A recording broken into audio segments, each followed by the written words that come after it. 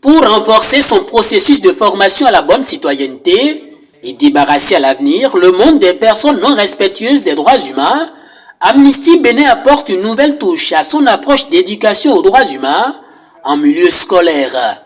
Des outils didactiques composés d'un livret de poche intitulé le livret de poche du champion des droits humains, de 2 bandes dessinées portant respectivement sur le droit à la liberté d'expression et le droit à la santé, des cahiers personnalisés et des bracelets en silicone ont été conçus et seront mis à la disposition des établissements partenaires de Amnesty Bénin. Pour le compte de cette année, en plus des séances de sensibilisation, des jeux, des théâtres qui sont habituellement utilisés, nous avons conçu du matériel didactique aussi instructif que ludique pour notre intervention.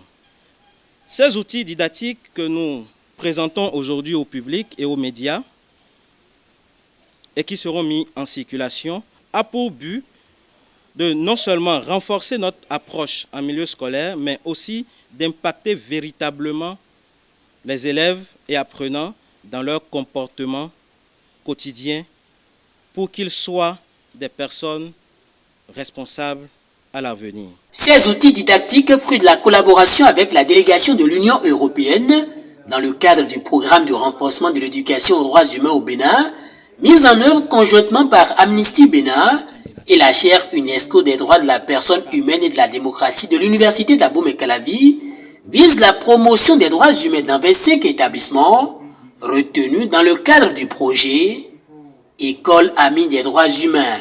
Je pense que tous ces livres vont nous aider à bien comprendre les droits de l'homme et à les appliquer au sein de l'établissement. Et je remercie Amnesty International pour tout ce qu'il a fait, parce que ça va aider plusieurs gens à ne plus se moquer et à faire la tolérance dans le sujet. Si on pouvait avoir 2 structures comme vous au Bénin, ce ne serait que bonheur pour les enfants, parce que le droit à l'éducation est le droit le plus fondamental. Et déjà la Constitution de la République du Bénin en son article 8 insiste là-dessus. Tous les enfants ont droit à un égal accès à l'éducation, à l'épanouissement. Et donc c'est important ce que vous faites. Ce que vous faites est arrivé à point nommé. Et je vous félicite pour la seule raison que nous n'avons pas encore des citoyens conscients de leurs droits, par exemple à l'éducation. Le droit à l'éducation est fondamental. Le droit à la santé est fondamental.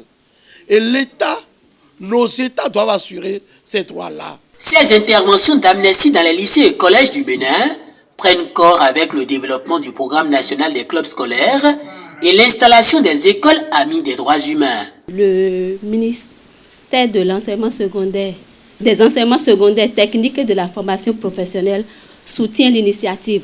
Nous savons que les enfants ont droit à l'éducation.